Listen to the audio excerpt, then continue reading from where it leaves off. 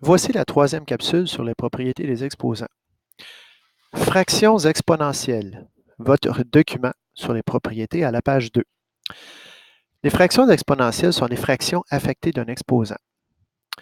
Rappelons-nous qu'un exposant n'affecte que le symbole qui le précède immédiatement, qu'il s'agisse d'un nombre ou d'une parenthèse. Ainsi, A sur B à la m, donc une fraction exposant quelque chose, si je mets une parenthèse, c'est que c'est l'ensemble de ma fraction qui est affecté par l'exposant. Dans les faits, 2 tiers à la 4, ça veut dire 2 tiers fois 2 tiers fois 2 tiers fois 2 tiers. On peut procéder d'une autre façon. On utilise la distributivité pour distribuer l'exposant sur le numérateur et le dénominateur dans la fraction, dans la parenthèse. Alors, A sur B à la m, c'est la même chose que A à la m sur B à la m. Ici, B ne doit pas être égal à 0. Pourquoi? Mais parce que le dénominateur d'une fraction ne peut pas être égal à 0 parce que la division par 0 est impossible. On n'aura donc jamais de 0 au dénominateur. Voyons donc l'application de cette propriété à partir de quelques exemples. 2 tiers à la 4. On peut écrire 2 à la 4 sur 3 à la 4.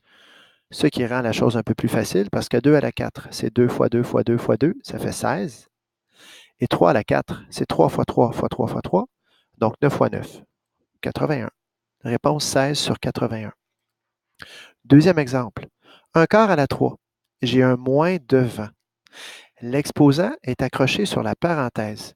Il n'affecte donc pas le moins parce que le moins est trop loin.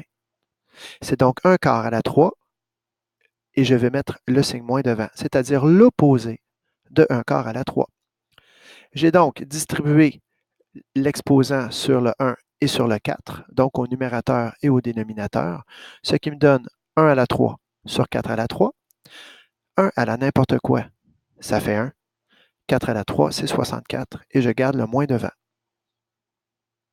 Troisième exemple, 0,6 à la 2. C'est 0,6 fois 0,6, ce qui fait 0,36. On peut aussi convertir 0,6 en 6 dixièmes en fraction. Alors, j'ai 0,6 à la 2, ce qui veut dire 6 dixièmes à la 2. Je peux réduire 6 dixièmes en 3 cinquièmes. Et là, je distribue mon exposant sur le 3 et le 2, au numérateur et au dénominateur, ce qui fait 9 25e. Dernier exemple, 1,5 à la 2, c'est 1,5 fois 1,5. Pour ceux qui connaissent leur table, 15 fois 15, c'est 225. Alors, comme j'ai 1,5 fois 1,5, j'ai deux chiffres en tout après la virgule, 2,25. On peut donc les convertir en fractions, les nombres décimaux, ou on peut les garder tels quels.